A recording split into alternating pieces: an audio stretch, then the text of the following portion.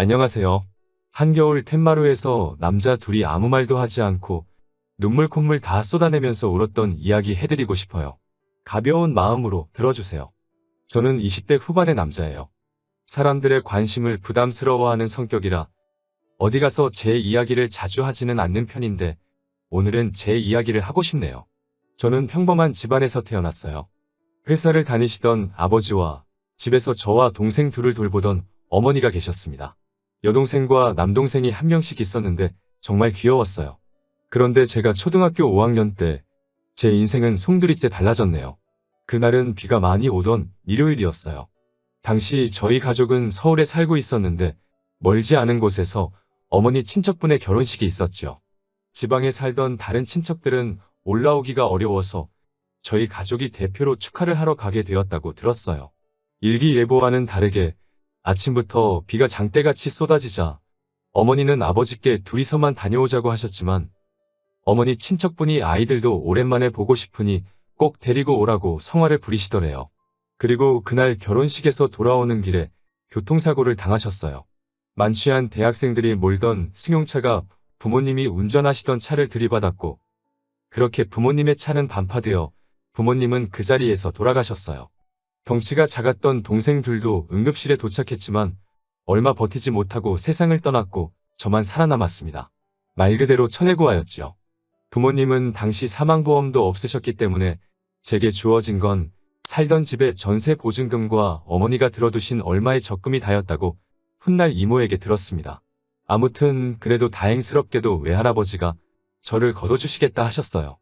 초등학생이었던 저에게는 거액이나 다름없었던 보증금과 적금을 외할아버지께 맡기고 외할아버지가 사시던 부산으로 이사를 했어요. 초등학교 졸업을 1년 남기고 전학을 갔기 때문에 적응이 쉽지는 않았지만 그래도 이래저래 해내고 있었습니다. 그렇지만 중학교에 입학할 무렵 외할아버지는 급성심근경색으로 갑자기 세상을 떠나셨어요. 외할아버지의 장례식장에 모인 친척들은 무신경하게 제 이야기를 하시더군요. 재수가 없는 데라서 주변 사람들이 다 불행해진다면서요. 부모도 잡아먹더니 할아버지도 잡아먹었다면서 앞으로 저를 어디로 보낼지 의논을 하더라고요. 당시 저는 될 대로 되라는 식이었습니다. 그저 고아원에만 버리지 말아줬으면 하는 마음이었달까요. 장례식이 끝나고 처음 간 곳은 이모의 집이었어요. 친척들 중에서 그래도 형편이 제일 낫다는 이유로 저를 도맡게 된 거지요. 당시에 이모부는 작은 사업을 하고 계셨거든요. 하지만 잘못된 보증으로 사업이 한순간에 망하게 되었고 그 이후로 이모부는 거의 알코올 중독자만큼 술에 취해 사셨어요. 이모와 이모부는 하루가 멀다하게 다투기 시작했고 전 그 두 분의 화풀이 대상이나 마찬가지였죠. 하루는 제 면전에다 대고 넌 부모 따라가지 왜 혼자 남아가지고 여러 사람 불편하게 하냐고 하시더군요. 그나마 이모는 그런 이모부에게 애한테 무슨 소리냐고 화를 내긴 했지만 결국 며칠 지나지 않아 이번엔 작은 아버지의 집으로 보내졌어요. 작은 아버지는 말수가 적으시고 무심한 성격이세요. 반면에 작은 어머니는 매사에 깐깐하시고 예민하신 분이셨어요. 그 집에는 저보다 2살 어린 여자아이가 있었고요. 그 애는 처음부터 저를 오빠라고 부르며 굉장히 잘 따르더라고요. 하지만 어느 날 우연히 방 안에서 새어나오는 작은 어머니와 여동생의 대화를 듣고 충격을 받았어요. 작은 어머니는 여동생에게 제가 어디를 만지거나 하지는 않았는지 이상한 걸 시키지는 않았는지 말도 안 되는 걸 추궁하고 계시더군요. 그때 고작 중학생이었던 저를 어떤 괴물로 보셨던 걸까요? 아무튼 그 대화를 듣고 나니 여기 계속 있다가는 말도 안 되는 누명이라도 쓰겠다 싶은 생각이 들더군요. 어렵사리 작은 아버지에게 다른 곳으로 가고 싶다고 말씀을 드렸더니 뭐 크게 반대하지 않고 알아보겠다 하셨어요.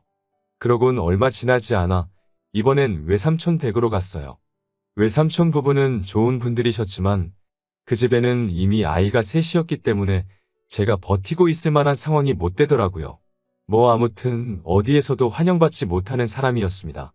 어른들이 큰 소리를 낼 때면 나 때문에 그러나라는 생각이 가장 먼저 들었기 때문에 하루도 마음 편히 지내지 못했던 것 같아요. 저는 그렇게 부산에서 안양으로 다시 안양에서 청주로 계속해서 이사를 다녀야만 했어요. 말 그대로 친척집을 전전하며 살았네요. 덕분에 전학 또 전학의 연속이었고 어느 학교에서도 제대로 친구 한 명 사귀기가 어려웠어요. 하지만 그러는 동안에도 성적은 전교 1등을 놓쳐본 적이 없습니다. 집에는 들어가기 싫고 돈이 없으니 달리 갈 곳도 없었기 때문에 도서관에서 살다시피 시간을 보냈거든요. 그리고 작은 고모 할머니의 댁에서 눈칫밥을 먹으며 지내던 중학교 3학년 1학기의 여름날이었어요. 사돈의 팔촌이라고 표현할 수 있을 만큼 먼 친척이 저를 데려가고 싶다고 왔더군요. 양자로 드리고 싶다고요. 당시에 작은 고모 할머니께서 저를 노골적으로 귀찮아하셨기 때문에 이렇게 저렇게 따지지도 않으셨어요. 그럼 그렇게 하세요라고 하시더라고요. 작은 방에서 대화를 엿듣고 있던 저는 그 상황에 대해서 달리 비관적이지도 낙관적이지도 않았어요. 그저 계속해오던 이사를 한 번 더 하게 되었구나 정도로 생각했어요. 하지만 그 이후로 제 인생은 180도 달라졌어요. 양부모님은 당시 대전에 살고 계셨어요. 집에 도착하니 작은 마당이 있었어요. 마당 한 구석에는 작은 텃밭이 있었고 변화하는 계절을 확인하기 충분할 만큼의 꽃과 나무도 심어져 있었습니다. 현관문을 열어주시던 양어머니의 모습이 지금도 생각이 나요. 화사한 꽃무늬 앞치마를 앞에 걸치고는 현관을 열면서 생각보다 일찍 왔다며 어서 들어오라고 하시던 양어머니에게선 뭔가 포근한 분냄새 같은 게 났어요. 집 안으로 들어서자 강아지 한 마리가 꼬리를 흔들고 있었고 집안에는 빵집에서나 맡을 법한 가꾸운 빵 냄새가 나고 있었어요. 마치 너의 인생은 이제 달라질 거야 라고 누군가 말하고 있는 것처럼 마음속에서 희망이랄까 좋은 기운이 느껴졌어요. 거실에 앉아 어색한 시간이 흐르고 있었어요. 저는 조심스레 용기 내어 해를 끼치고 싶지 않으니 아르바이트라도 해서 생활비를 보태겠다고 말씀드렸어요. 사실 친척집을 전전할 때마다 늘 너한테 들어가는 돈이 얼만지 아냐는 말을 들었거든요. 말로 하지 않으면 반찬으로 차별을 한다던가 어디서 주워온 옷이나 신발을 준다던가 하는 시기였어요. 지금도 그때를 생각하면 조금 슬퍼지네요. 아무튼 그런 경험이 있었기 때문에 중학교를 졸업하면 돈을 벌어야겠다고 생각하고 있었거든요. 그런데 이제껏 인자한 표정으로 저를 살펴보고 계시던 양아버지가 돌연 표정이 싹 굳어지시면서 귀신같이 화를 내시더라고요. 내가 너를 집세나 받자고 데려온 줄 아냐면서. 너는 이제 우리 가족이니까 가족으로서 집안일을 도와주면 그걸로 충분하다고 하시더라고요. 그렇게 저에게 맡겨진 일은 강아지 산책시키기와 욕실 청소였어요. 그리고 이 집에 들어와 지낸 지 두어 달쯤 됐을 무렵 잊지 못할 사건이 일어났어요.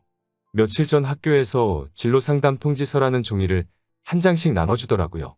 이제 어느 고등학교에 진학하고 싶은지, 앞으로의 목표가 뭔지에 대해서 담임 선생님과 부모님이 만나 상의를 해야 한다고 하더라고요. 하지만 저는 집에 와 그 종이를 그냥 쓰레기통에 처박아 버렸습니다. 양부모님께 그런 걸 내밀 만큼 낯이 두껍지 못했거든요. 그리고 귀찮게 굴면 또 다른 친척집으로 버려질지도 모른다는 두려움도 있었고요. 그런데 이튿날 제 방을 청소하시던 양어머니가 그 종이를 발견하셨나 봐요. 학교를 마치고 집에 돌아온 제게 양부모님은 그 종이를 내미시며 이게 뭐냐고 물어보시더라고요. 제가 제대로 대답하지 못하고 있자 양어머니는 먼저 엄마가 신경 써주지 못해서 미안하다고 하시더라고요.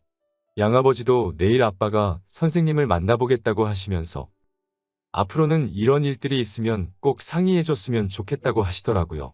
그날 밤 생각지도 못했던 양부모님의 반응에 베개가 흠뻑 젖도록 울고 말았습니다. 다음 날 수업이 끝나고 교실을 나서자 정장을 차려입은 양아버지가 저를 기다리고 계셨어요. 그리고 처음으로 선생님과 양아버지를 모시고 삼자대면을 했습니다. 그런데 선생님께서 저를 많이 칭찬해 주시더라고요. 공부를 참 열심히 하고 머리도 좋은 녀석이라면서 힘드시겠지만 가능하면 좋은 고등학교에 진학시키는 게 좋을 것 같다면서요. 그러면서 선생님은 갑자기 양아버지께 허리를 숙여 인사를 하시더라고요. 부탁드린다면서요. 고작 저를 2달 가르치셨지만 저의 가능성을 높게 봐주신 거지요. 훗날 말씀하시기를 그렇게 복잡한 환경에서 지내면서도 굴곡 없이 유지하는 성적을 보고 뭐래도 될 녀석이라고 생각하셨다고 하시더라고요. 아무튼 허리까지 숙여 부탁을 하는 선생님께 양아버지 역시 허리를 숙이시며 이렇게 말씀하셨어요. 걱정하지 마세요. 아들이 원하는 한 모든 지원을 아끼지 않을 생각입니다. 라고 하시면서요. 얼마 전까지만 해도 중학교는 무사히 졸업할 수 있을까?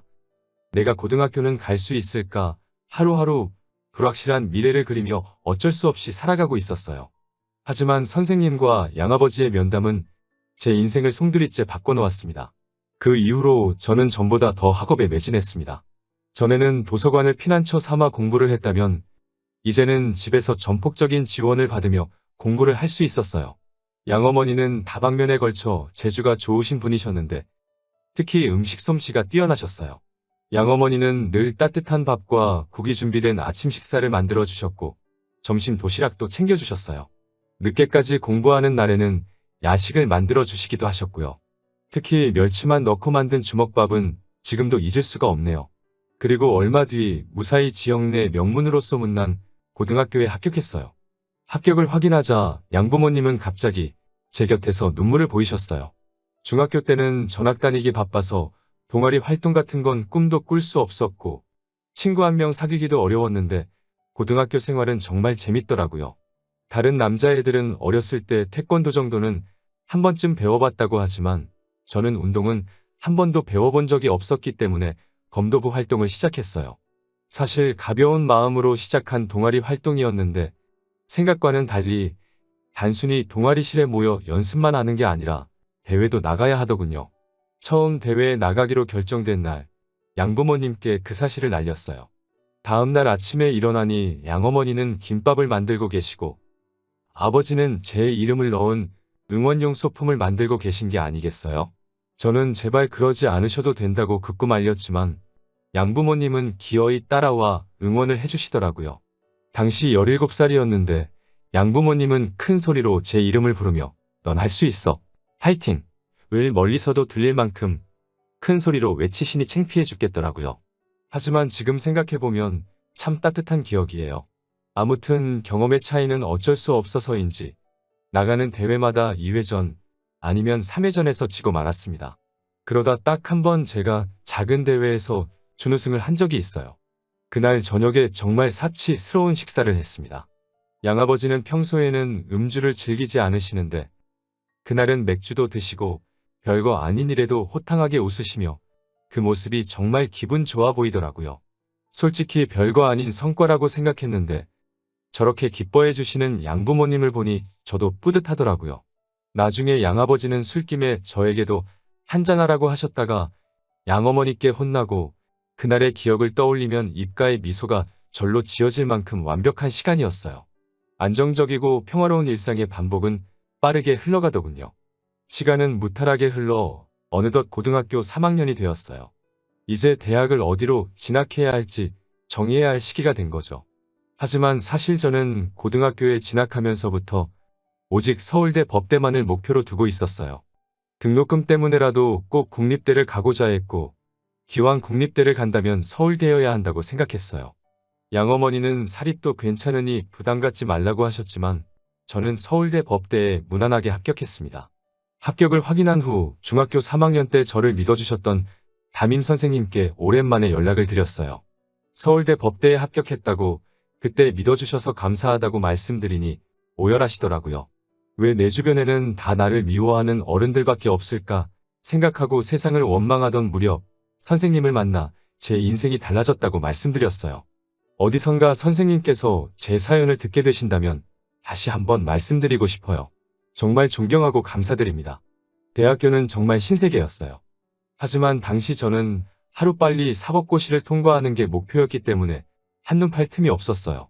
그런 저를 보면서 양부모님은 그동안 열심히 노력했으니 1학년은 좀 가벼운 마음으로 보내도 괜찮다고 하시더라고요. 공부도 좋지만 노는 것도 중요하다고 말씀하시면서요. 여자친구도 사귀어서 집에 좀 데리고 오라고 하시고요. 그런데 제가 2학년이 되고 얼마 지나지 않아 너무나 슬프고 충격적인 일이 벌어졌습니다. 갑자기 양어머니가 쓰러지신 겁니다. 양어머니의 병명은 위암이었습니다. 평소에도 잦은 소화불량으로 고생하신 건 알고 있었지만 그때마다 대수롭지 않게 여기셨나 봐요. 그런데 얼마 전부터는 구토도 나오고 가슴 통증도 느껴져서 병원을 예약해 두신 상태였다고 해요. 의사 말로는 이미 손쓸 도리가 없을 만큼 진행된 상태라 지켜보는 것 말고는 할 수 있는 일이 없다고 하더군요. 이튿날 눈을 뜨신 양어머니는 저를 보고 제일 먼저 하시는 말씀이 너무 무리해서 공부하지 말라는 거였어요. 곧이어 양어머니는 자기가 왜 이러냐고 양아버지께 물어보셨어요. 양아버지는 양어머니께 병명을 말씀해 주셨고 양어머니는 큰 충격을 받으신 것 같으셨어요. 사실 그때 양아버지와 양어머니의 모습을 어떻게 글로 묘사해야 할지 모르겠어요. 드라마나 영화에서처럼 울며불며 살려달라고 하시는 것도 아니었고 뭐랄까 어떻게 표현해야 할지 모르겠네요. 그때가 오전 11시쯤이라 커튼 사이로 햇살이 들어오고 있었는데 그게 눈부셔서였을까요? 저도 모르게 눈물을 흘렸고 저희 셋은 서로 끌어안고 한참을 있었습니다. 그래도 어떻게든 좀 더 오래 머물러 주실 줄 알았는데 두어 달 뒤 양어머니는 결국 세상을 떠나셨어요.